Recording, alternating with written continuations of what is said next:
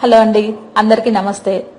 అందరికీ వినాయక చవితి పండగ శుభాకాంక్షలు అండి. అందరూ పండగ బాగా జరుపుకోవాలని కోరుకుంటున్నాను. అలాగే మీ అందరూ మట్టి గణేశుని మాత్రమే తెచ్చుకొని చక్కగా పూజించుకోండి, చాలా మంచిది. ఓకేనా ఫ్రెండ్స్, నేను సింపుల్ గా మీకు ఉండ్రాళ్ళ పాయసాన్ని ఎలా తయారు చేసుకోవాలో చూపిస్తున్నాను. ఈ గణేశుడికి ఇష్టమైన మంచి ఉండ్రాళ్ళ పాయసాన్ని స్వామివారికి మంచి నైవేద్యంగా తయారు చేసి పెట్టండి. చాలా సింపుల్ గా నేను తయారు చేసి చూపిస్తున్నాను.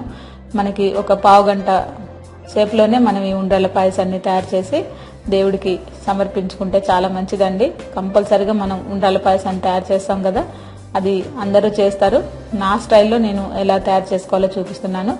ఓకేనా ఫ్రెండ్స్, ముందుగా మీరు ఒక అరకప్పు పెసరపప్పుని ఒక పావు గంట సేపు నానబెట్టుకుని ముందుగా ఉడికించుకోండి.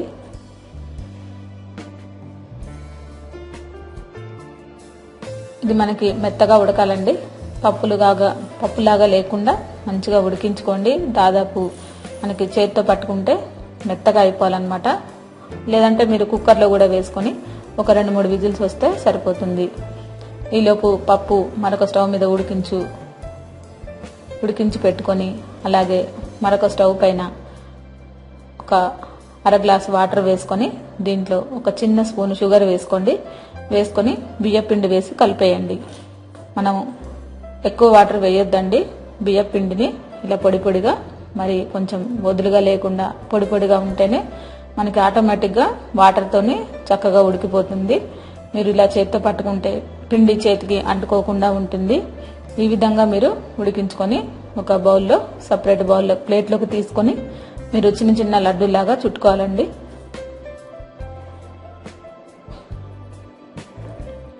చిన్న గోలి సైజ్ అంతా ఉండ్రాలని తయారు చేసుకోవాలి పాయసానికి. మరి పెద్దవైతే మనకి కొంచెం లుక్ కూడా బాగుండదండి. మీరు చిన్న ఉండల్లాగా, చిన్న లడ్డూలాగా తయారు చేసుకొని రెడీగా పెట్టేసుకోండి. ముందుగా నేను ఇప్పుడు చూపిస్తాను. ఇలా రౌండ్గా చక్కగా గుండ్రంగా తయారు చేసుకోండి. పిండి మరి నీళ్ళు ఎక్కువ వేయకండి. నీళ్ళు ఎక్కువ వేస్తే మనకి ఇలా ఉండలన్నవి చేతికి అంటుకుంటూ వస్తాయి అన్నమాట. మీరు కరెక్ట్గా వాటర్ సరిపోయేంత వేస్తే మనకి చేతికి అంటుకోకుండా ఉండ్రాళ్ళు అన్నవి బాగా వస్తాయని. ఓకేనా ఫ్రెండ్స్, మీరు ఈ విధంగా అన్ని ఉండ్రాళ్ళని తయారు చేసి రెడీగా పెట్టేసుకోండి.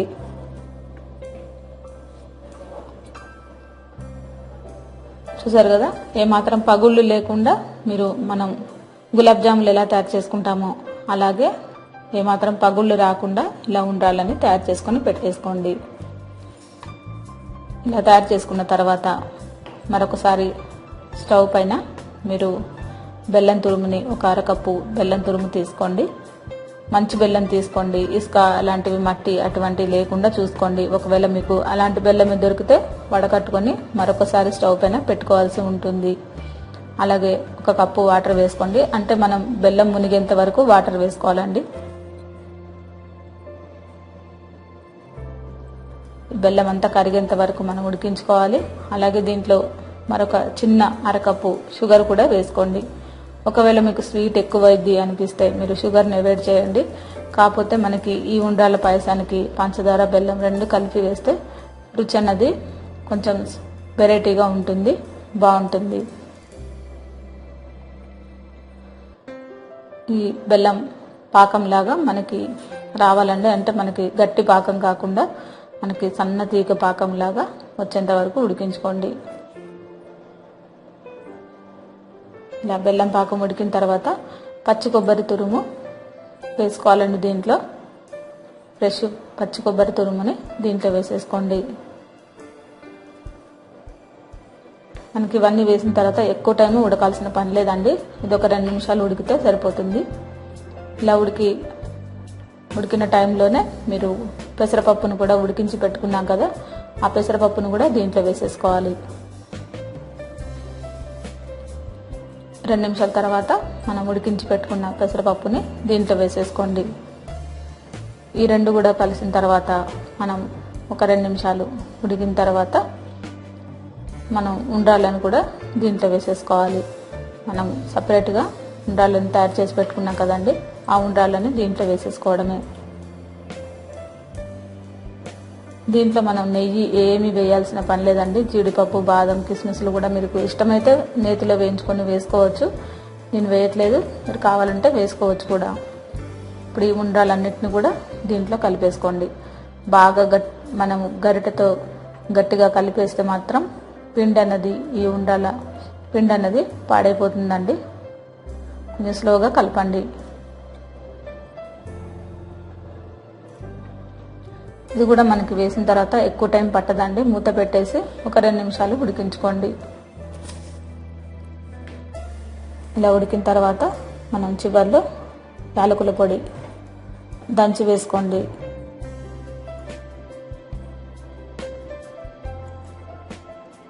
మనకి కొంచెం వాటర్ లాగా కనబడుతుంది కదండి, అలా కాకుండా కొంచెం చిక్కబడితే సరిపోతుంది. మంచి ఫ్లేవర్ వస్తుంది. ఇలాచి పౌడర్ వేసిన తర్వాత ఇలా మీరు ఇలాచి పౌడర్ వేసిన తర్వాత 1 కప్పు పాలు వేసుకోండి. పాలు మీకు ఇష్టమైతే వేసుకోవచ్చండి, లేదంటే చాలా వరకు అయితే దీంట్లో పాలు వేయకపోయినా టేస్ట్ బాగుంటుంది. మీరు చిన్న కప్పు, మనం టీ తాగే కప్పుతోని పాలు వేసుకోండి. చిక్కటి పాలు వేసుకుంటే సరిపోతుంది. మీకు ఒకవేళ పాలు ఇష్టం లేకపోతే డైరెక్ట్గా ఇలా ఓన్లీ కొబ్బరి, పెసరపప్పు అలాగే ఉండ్రాలతో కూడా మనం దేవుడికి నైవేద్యంగా పెట్టుకోవచ్చండి. ఇప్పుడు మనకి ఇది రెడీ అయిపోయింది. ఇంకా మనం దీంట్లో ఏమీ వేయాల్సిన పని లేదండి. మీరు కావాలంటే నెయ్యితోని, ఆవు నెయ్యితోని కిస్మిస్లు, జీడిపప్పు, బాదం వేయించుకొని దీంట్లో వేసుకోవచ్చు. ఓకేనా ఫ్రెండ్స్, మీ అందరికీ ఈ ఉండ్రాళ్ళ పాయసాన్ని మంచి స్వీట్నెస్ ఎంత బాగుంటుందో మీరే ఒకసారి ట్రై చేయండి. మీరు దేవుడికి నైవేద్యంగా సమర్పించుకోవచ్చండి, చాలా బాగుంటుంది. మీరు దీంట్లో కావాలంటే మరి కొంత పన్నీర్ కూడా పైన వేసుకొని మీరు కూడా సపరేట్గా సర్వ్ చేసుకోవచ్చండి, చాలా బాగుంటుంది. ఓకేనా ఫ్రెండ్స్, మీ అందరికీ ఈ ఉండ్రాళ్ళ పాయసాన్ని, అంటే దేవుడికి నేను పన్నీర్ వేయమనట్లేదు, మీరు తినాలనుకుంటే వేసుకోవచ్చు. ఓకేనా ఫ్రెండ్స్, మీరు ఈ గణేష్ చవితికి మంచి ఉండ్రాళ్ళ పాయసాన్ని దేవుడికి నైవేద్యంగా పెట్టి ఆ దేవుడు ఆశీర్వాదాలు అన్నీ కూడా మీ అందరికీ ఉండాలని కోరుకుంటున్నాను. ఓకేనా ఫ్రెండ్స్, చూడండి ఎంత చక్కగా మనకి ఉండాలన్నవి పాడవకుండా వచ్చాయి. ఇప్పుడు మీరు దేవుడు పూజ చేసుకొని చక్కగా ఈ పులిహోర, అలాగే నా వీడియోలో అయ్యంగారు పులిహోర, అలాగే ఉండాల పాయసం దేవుడికి మీరు సమర్పించుకోండి. ఓకేనా ఫ్రెండ్స్, మీ అందరికీ కూడా వెరీ వెరీ థ్యాంక్ యూ అండి. ఒకసారి ఈ విధంగా మీరు ట్రై చేసి చూడండి, చాలా బాగుంటుంది. అందరికీ వెరీ వెరీ థ్యాంక్ యూ అండి. నా వీడియో మీకు నచ్చినట్లయితే లైక్ చేయండి, షేర్ చేయండి, సబ్స్క్రైబ్ చేయండి.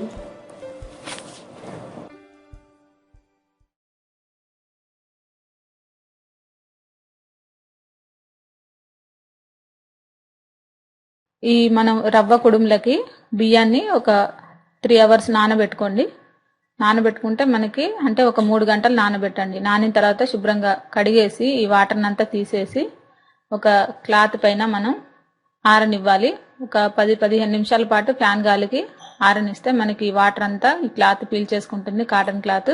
ఇప్పుడు దీన్ని మనం రవ్వగా మిక్సీ పట్టుకోవాలి. మెత్తగా పౌడర్ పట్టుకోవద్దండి, రవ్వగా మిక్సీ పట్టుకోవాలి. చూసారు కదా, మీకు ఏదైనా కొంచెం మెత్తగా అయింది అనిపిస్తే జల్లెడ పట్టేసి ఈ రవ్వని మనం కూడా ఈ రవ్వ కుడుములు మనం తయారు చేసుకోవచ్చు. కుక్కర్లో ఇది నేను వేసిన తర్వాత ఒక గ్లాస్ వెళ్ళిందండి, ఒక పెద్ద గ్లాసుడు రవ్వ అయింది. ఇది మనకు ఒక సేర్ గ్లాస్ అంత ఉంటుంది. ఇది ఈ గ్లాసు రవ్వ అయింది మనకి. ఈ రవ్వలో మనం 1 గ్లాసు వాటరే వేసుకోవాలి, ఎక్కువ వాటర్ వేయద్దండి, రవ్వ కదా తొందరగా ఉడికిపోతుంది. అందులో మనం ఈ రవ్వని నానబెట్టి పట్టాం కాబట్టి తొందరగా ఉడికిపోతుంది. 1 విజిల్ రాగానే బంద్ చేయండి, లేదంటే డైరెక్ట్ ఒక 5 నిమిషాలు 10 నిమిషాలు ఉడికిపోతుంది. డైరెక్ట్ కూడా ఉడికించుకోవచ్చు. నేను కుక్కర్లో వేసాను ఇది. తర్వాత మనం ఒక 3 అవర్స్ అంటే 3 గంటలు శనగపప్పు నానబెట్టుకోవాలి. ఈ కుడుములు తయారు చేసేటప్పుడే మనం బియ్యము అలాగే శనగపప్పు కూడా 2 ఒకేసారి నానబెట్టేసుకోవాలి. ఇప్పుడు ఈ బియ్యం పిండి ఉడికిన తర్వాత ఇలా అయింది మనకి. దీన్ని ఒక ప్లేట్లో తీసుకొని చల్లారనివ్వండి. దీన్ని కొద్దిగా మనకి ఉండల్లాగా ఉంటే దీన్ని చేత్తోని ఇలా మెత్త రవ్వలాగా చేసేయండి. ఇది రెడీ అయిపోయిందండి. మనం ఒక చిన్న బౌల్ తీసుకొని దాంట్లో ఒక 3 స్పూన్లు నెయ్యి వేసుకోండి. దీంట్లో మీకు ఆవు నెయ్యి దొరికితే ఆవు నెయ్యి వేయండి, దేవుడు కదా. ఒకవేళ మీకు అవైలబుల్గా లేదంటే నార్మల్ నెయ్యి కూడా మీ ఇష్టం అండి, అది వేసుకోవచ్చు. ఇప్పుడు దీంట్లో 1 స్పూను జీలకర్ర వేసి కొంచెం ఫ్రై చేసుకోండి. ఒక 1 మినిట్ అనండి. మన నెయ్యి వేడయ్యేంత వరకు ఉంచిన తర్వాత ఈ జీలకర్రని కొద్దిగా వేయించుకోండి. తర్వాత స్టవ్ బంద్ చేసేయండి. ఇప్పుడు ఈ వేయించిన జీలకర్రని, నేతిలో వేయించిన జీలకర్ర, అలాగే మనం శనగపప్పును కూడా ఉడికించి పెట్టుకోవాలి. ఇప్పుడు ఈ శనగపప్పు చూసారు కదా, ఈ విధంగా మరి పలుకులు లేకుండా మెత్తగా ఉడకాలండి. ఇది ఇలా ఉడికిన ఈ పప్పుని అలాగే నేతిలో వేయించిన జీలకర్రని ఇప్పుడు మనం ఈ ఉడికించిన రవ్వలో, బియ్యపిండి రవ్వలో కలిపేసుకోవాలి. దీంట్లో తగినంత ఉప్పు వేసుకోండి. ఉప్పు కంప్లీట్గా ఈ రవ్వలో కలిసేలాగా వేసేసుకోండి. అలాగే శనగపప్పు, ఉడికించిన శనగపప్పును కూడా ఇందులోనే కలిపేసుకోండి. వీటిని చప్పటి కుడుములు కూడా అంటారండి. ఈ దేవుడికి చాలా ఇష్టం, విఘ్నేశ్వరుడికి. అలాగే దీంట్లో మనం నేతిలో వేయించుకున్న జీలకర్రను కూడా వేసేసుకోవాలి. ఇప్పుడు ఇవన్నీ కలిపి మనం ఉండ్రాల్లాగా చుట్టుకోవడమే. మనకి రవ్వ రెడీగా ఉంటే మీరు డైరెక్ట్ మామూలు ప్యాకెట్ రవ్వ కూడా బయట దొరుకుతుందండి, బియ్యపు రవ్వ, దాంతో కూడా చేసుకోవచ్చు. మనకి రవ్వ అవైలబుల్గా లేకపోతే ఈ విధంగా ట్రై చేయొచ్చు. నేను అందుకే ఈ విధంగా ట్రై చేసి చూపించాను మీకు. ఈ బియ్యపు రవ్వ కుడుములు చాలా రుచిగా ఉంటాయి. దేవుడికి మనం, ఆయనకి ఇష్టమైన విఘ్నేశ్వరుడికి ఎక్కువగా ఉండ్రాళ్ళు, కుడుములు, పాల తాలికలు, అటుకుల పాయసం ఇటువంటివి ఎక్కువగా ఇష్టం అండి. నేను కూడా వీలైనంత వరకు ఈ విఘ్నేశ్వరుని చవితిలోపు నేను ఇవన్నీ ప్రసాదాలు చేసి చూపిస్తాను మీకు. ఈ రెసిపీ మీకు నచ్చినట్లయితే లైక్ చేయండి, షేర్ చేయండి, సబ్స్క్రైబ్ చేయండి.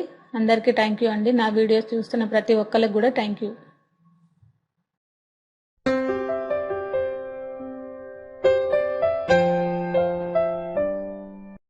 ముందుగా మనం ఒక నైట్ అంతా బియ్యాన్ని నానబెట్టేసుకోవాలండి. ఈ రైస్ని నానబెట్టేసుకొని శుభ్రంగా కడిగేసి ఒక క్లాత్ పైన మనం ఈ పావుగంట సేపు ఈ బియ్యాన్ని ఆరనివ్వాలి ఫ్యాన్ గాలికి. మరీ బాగా డ్రై అవ్వకూడదండి, కొంచెం తడిగా ఉండాలి. ఇప్పుడు పావుగంట ఆరిన తర్వాత మిక్సీ బౌల్లో మెత్తగా దీన్ని పౌడర్గా పట్టేసుకోవాలి. ఈ పిండిని, ఈ బియ్యాన్ని మనం మెత్తగా పౌడర్ చేసుకోవాలి. ఈ విధంగా చేసిన తర్వాత దీన్ని మనం జల్లెడతోని జల్లించుకుంటే మెత్తటి పిండి వస్తుంది.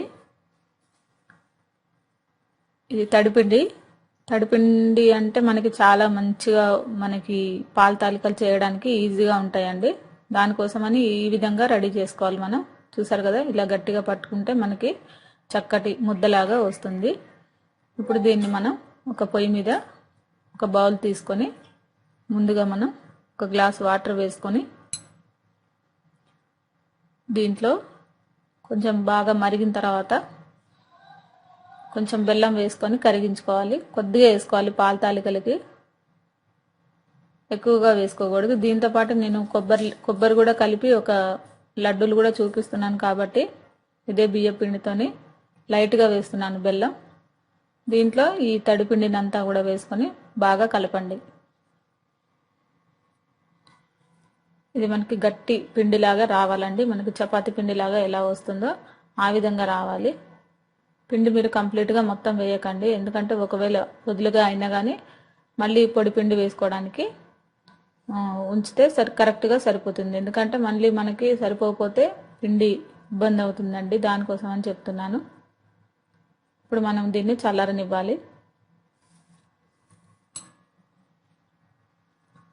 ఇప్పుడు మనం ఒక ప్లేట్ తీసుకొని దీంట్లో నేను ఇప్పుడు కొబ్బరితోని లడ్డూలు చూపిస్తాను అన్నాను కదండి, దానికోసమని హాఫ్ ఏమో లడ్డూలకి, హాఫ్ ఏమో తాలికలకి పక్కన పెట్టేస్తున్నాను. ఇప్పుడు ముందుగా నేను సింపుల్గా ఈ పిండిలోనే, ఈ బెల్లం కలిపిన పిండిలోనే కొబ్బరి తురుము వేశాను, పచ్చి కొబ్బరి తురుము. దేవుడికి కానీ మీరు నైవేద్యం పెట్టేటట్టయితే కంపల్సరిగా కొత్త కొబ్బరికాయనే తీసుకోవాలండి. మనం వాడిన దేవుడికి నైవేద్యంగా పెట్టిన కొబ్బరిని వాడొద్దు. ఇప్పుడు ఈ కొబ్బరిని దీంట్లో కలిపేసి చిన్న చిన్న ఉండలుగా చేసేసుకోండి. కొంచెం ఇలాచి పౌడర్ కూడా వేసుకోండి ఫ్లేవర్ కోసం. అలాగే కొంచెం నెయ్యి కూడా కలిపితే మంచి టేస్ట్ వస్తుంది. ఇవి కూడా మనకి గణపతికి నైవేద్యంగా పెట్టుకోవచ్చు. ఇవి కూడా తినడానికి చాలా బాగుంటాయండి. లైట్గా ఉంటుంది షుగర్, మనకి స్వీట్నెస్ ఎక్కువగా ఉండదు. ఇప్పుడు మీరు దీన్ని కూడా దేవుడికి నైవేద్యంగా సమర్పించుకోవచ్చు. ఇదొక ఐటెం మనం ఇలా రెడీ చేసుకోవచ్చు అండి ఇదే పిండితోనే. అందుకనే మీకు ఇదే వీడియోలో నేను ఈ లడ్డూలను చూపిస్తున్నాను. ఇప్పుడు మనం తాలికలు ఎలా తయారు చేసుకోవాలో చూద్దాము.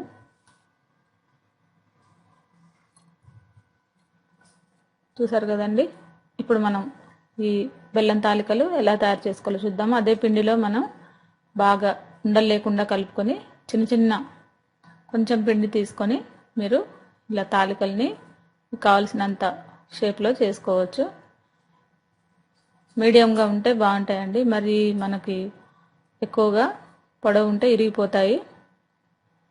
ఇప్పుడు దీన్ని మనం పచ్చిపిండి చేసాం కాబట్టి ఇరగవండి మధ్యలో మనకి. అదే మనకి పొడిపిండి తీసుకుంటే బియ్యపిండి తాలికలన్నీ కూడా విరిగిపోతాయి. ఇవన్నిటిని కూడా కొంచెం నెయ్యి రాసుకొని కూడా తయారు చేసుకోవచ్చు. ఈ విధంగా మీరు ముందుగా ఈ తాలికల్ని రెడీ చేసే ముందు ఇవన్నీ కూడా కంప్లీట్గా రెడీగా పెట్టేసుకోండి తయారు చేసుకొని. మనకి పిండి విరగకుండా చక్కగా వస్తాయండి పచ్చిపిండితోనైతే.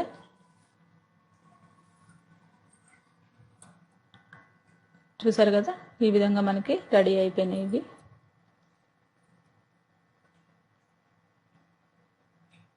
మీరు ఈ తాలికలు తయారు చేసేటప్పుడు వీటిని ముందుగా మనకి ఇంకొకరి హెల్ప్ ఉంటే ఈజీగా అయిపోతాయి. ఇప్పుడు మనం పొయ్యి మీద బెల్లం, మీరు తాలికలకి ఎంత బెల్లం కావాలో అంత స్వీట్నెస్కి మీరు ఎంత తీసుకుంటారో అంత తీసుకోవచ్చండి. మీరు తినే స్వీట్ని బట్టి వేసుకోండి బెల్లాన్ని. ఇది మరీ గట్టి పాకం కాకుండా కొంచెం మనకు బెల్లం అంతా కరిగి చిక్కబడితే సరిపోతుంది.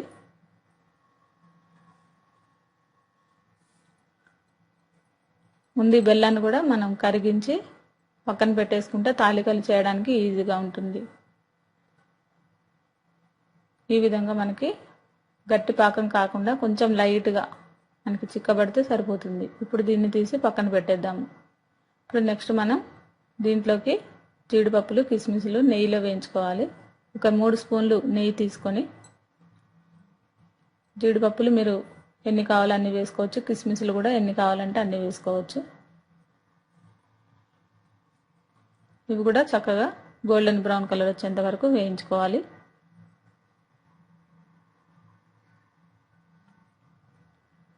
ఇవి కూడా రెడీ చేసి పక్కన పెట్టేసుకోండి. ఇప్పుడు మనం తాలికలకి రెడీ చేసేసుకుందాము. కళాయి పెట్టుకొని దీంట్లో మీరు ఒక 3 కప్పులు పాలు తీసుకోండి. పాలు చిక్కదనం బట్టి మీరు ఎన్ని పాలు అంటే అన్ని తీసుకోవచ్చు. కావాలంటే కొంచెం పలచగా కూడా కావాలంటే కూడా చేసుకోవచ్చు అండి. డైజెషన్కి కొంచెం ప్రాబ్లంగా ఉంటుందంటే కొద్దిగా వాటర్ 2 కప్పుల పాలకి 1 కప్పు వాటర్ వేసుకోవచ్చు. దీంట్లోనే మనం నానబెట్టుకున్న ఒక 3 గంటల సేపు నానబెట్టుకున్న సగ్గు బియ్యాన్ని కూడా వేసేసుకోండి. నానబెడితే త్వరగా ఉడుకుతాయండి సగ్గు బియ్యం. దీంట్లోనే కొద్దిగా పచ్చి శనగపప్పు, నైవేద్యానికి కాబట్టి కొంచెం శనగపప్పు కానీ పెసరపప్పు కానీ వేస్తే చాలా మంచిది. అందుకోసమని చూపిస్తున్నాను. ఇప్పుడు దీంట్లో మనం తయారు చేసి పెట్టుకున్న తాలికల్ని వేసేసుకోండి.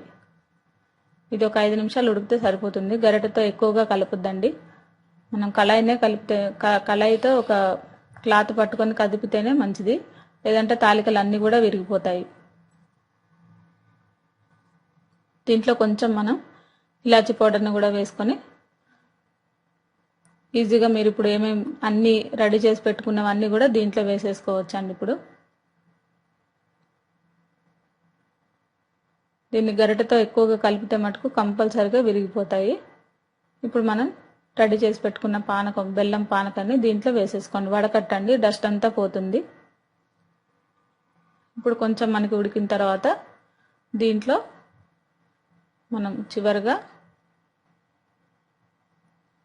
కొంచెం పచ్చి కొబ్బరి వేసుకోండి దీంట్లోకి. అలాగే మనం వేయించి పెట్టుకున్న జీడిపప్పు కిస్మిస్లను కూడా దీంట్లోనే వేసేసుకోవచ్చు. ఇది మనం చల్లారిన తర్వాత బెల్లం కలిపితేనే చాలా మంచిదండి. లేదంటే పాలు కంప్లీట్గా విరిగిపోతాయి. ఒకవేళ బెల్లం మంచిది అయితే మటుకు మీకు బాగానే ఉంటుంది. చూసారు కదా, ఇప్పుడు మనకి ఇది రెడీ అయిపోయింది.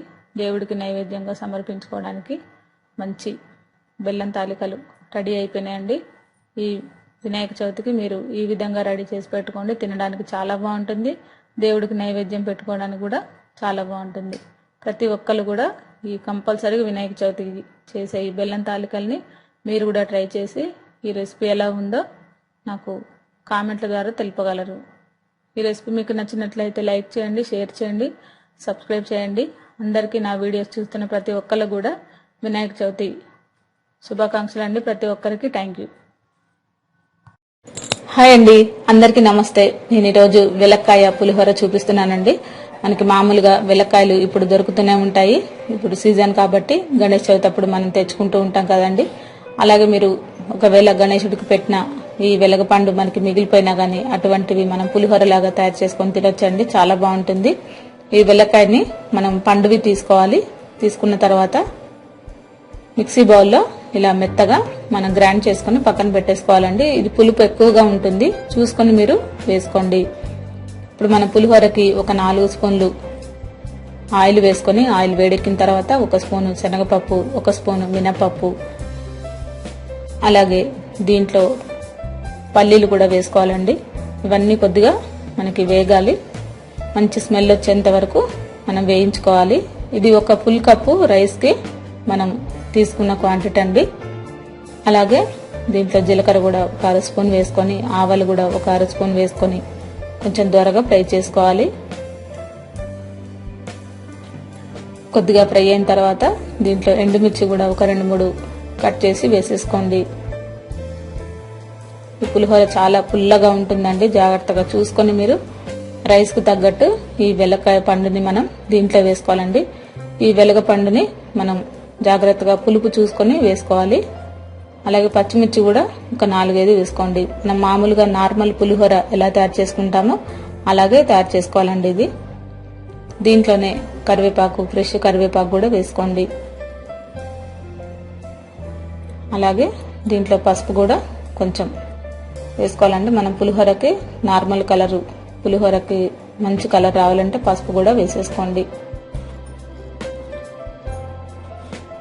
ఇవి కొద్దిగా వేగిన తర్వాత సరిపడంత ఉప్పు కూడా దీంట్లో వేసేసుకోవాలి. ఇది చేసే ముందు మీరు రైస్ ముందుగానే కొంచెం పుల్లలుగా వండుకొని పక్కన పెట్టేసుకోవాలండి. రైస్ అన్నది మనకి మెత్తగా లేకుండా పులిహోరకి ఎలా తయారు చేసుకుంటామో అలా రైస్ తయారు చేసుకోవాలి. అలాగే దీంట్లో కొద్దిగా ఇంగు కూడా వేసేసుకోండి. ఇప్పుడు మనం మిక్సీ వేసుకున్న వెలక్కాయ పండుని దీంట్లో వేసేసుకోవాలండి. ఇది మీరు పులుపు ఎక్కువగా అవుతుంది అనుకునే వాళ్ళు మీరు చూసి కూడా వేసుకోవచ్చండి. రైస్ని బట్టి ఈ వెలగపండు మనం మిక్సీ వేసుకొని దీంట్లో కలిపేసుకోవాలి. మీరు ఒకవేళ ఇలా పోపు వేసుకొని మనం ఫ్రిడ్జ్లో స్టోర్ చేసి పెట్టుకుంటే ఒక 2 డేస్ వరకు ఉంటుందండి. మీరు సగం తీసుకొని సగం కూడా రైస్లో కలుపుకొని మనం పులిహోర లాగా తయారు చేసుకోవచ్చు. ఓకేనా ఫ్రెండ్స్, ఇలా మీరు ఇది కొంచెం పచ్చివాసన పోయేంత వరకు ఒక 5 నిమిషాలు ఆయిల్లోనే ఫ్రై చేసుకోండి. ఫ్రై చేసుకున్న తర్వాత మనం ఉడికించుకున్న రైస్ని దీంట్లో వేసేసుకోవాలి. ఈ వెల్లకాయ పులిహోర మనకి ఇప్పుడు తయారైపోయిందండి. ఇందులో ఇంకా మనం ఏం వేయనవసరం లేదు. చివరిలో కొద్దిగా మెంతి పౌడర్ వేసుకోవాలి. మంచి ఫ్లేవర్తోని చాలా బాగుంటుంది. దీంట్లో మనకి రైసు పులుపుని బట్టి ఎక్కువగా కలుపుకోవచ్చండి. మీరు ఒకవేళ పులుపు ఎక్కువగా అయితే కొంచెం సాల్ట్, అలాగే కొద్దిగా కలర్ కోసం మరికొంత పసుపు, అలాగే మీకు పులుపు టేస్ట్ చూసుకొని రైస్ ఎక్కువగా కూడా మనకి కలుపుకోవడానికి అవకాశం ఉంటుంది. కొద్ది కలర్ కోసం మరికొంత పసుపు, అలాగే ఉప్పు కూడా టేస్ట్కి తగ్గట్టు వేసుకోవచ్చండి. ఇలా మీరు ఈ రైస్ని అంతా కూడా ఈ వెలగపండు కంప్లీట్గా రైస్కి అంతా కలిసేలాగా కలుపుకోండి. లేదంటే అక్కడక్కడ మనకి పుల్లగా తగులుతూ ఉంటుంది. చూసారు కదా ఫ్రెండ్స్, ఈ విధంగా మనకి ఇప్పుడు ఈ వెలక్కాయ పులిహోర తయారైపోయింది. చాలా ఈజీగా, సింపుల్గా మనం ఇంట్లో తయారు చేసుకునే పులిహోరని ఎలా తయారు చేసుకుంటామో అలాగే రైస్ కూడా చేసుకోవచ్చు. చివరిలో కొంచెం ఒక చిటికెడు మనం మెంతిపొడి, వేయించిన మెంతిపొడి దీంట్లో వేసుకుంటే ఫ్లేవర్ అన్నది చాలా బాగుంటుంది. మీకు పులుపుని బట్టి రైస్ కలుపుకోవచ్చు అని చెప్పాను కదండి. మీరు సగం తీసుకొని సగం రైస్లో కలుపుకొని కూడా ఫ్రిడ్జ్లో స్టోర్ చేసి పెట్టుకుంటే ఒక 2 డేస్ మనకి నిలువ ఉంటుంది. ఓకేనా ఫ్రెండ్స్, మీరు ఈ విధంగా తయారు చేసుకోండి. మీరు కావాలంటే దేవుడికి నైవేద్యంగా కూడా పెట్టుకోవచ్చండి. ఓకేనా ఫ్రెండ్స్, మీ అందరికీ ఈ వెలక్కాయ పులిహోర బాగా నచ్చే ఉంటుంది అనుకుంటున్నాను. నచ్చినట్లయితే తప్పకుండా ఒకసారి టేస్ట్ చేయండి, ట్రై చేయండి, చాలా బాగుంటుంది. మీరు ఈ విధంగా మన నార్మల్ పులిహోర ఎలా ఉంటుందో అలాగే ఫ్లేవర్ అన్నది మాత్రం అలాగే ఉంటుంది, కొంచెం టేస్ట్ మాత్రం డిఫరెంట్గా ఉంటుంది. దీన్ని మనం పచ్చడిగా కూడా మనం తయారు చేసుకోవచ్చు అండి. ఈ వెలక్కాయని మీరు ఒకసారి ట్రై చేయండి ఫ్రెండ్స్. ఓకేనండి, అందరికీ వెరీ వెరీ థ్యాంక్ యూ అండి. నా రెసిపీ కనుక మీకు నచ్చినట్లయితే తప్పకుండా లైక్ చేయండి, షేర్ చేయండి, సబ్స్క్రైబ్ చేయండి. అందరికీ వెరీ వెరీ థ్యాంక్ యూ అండి.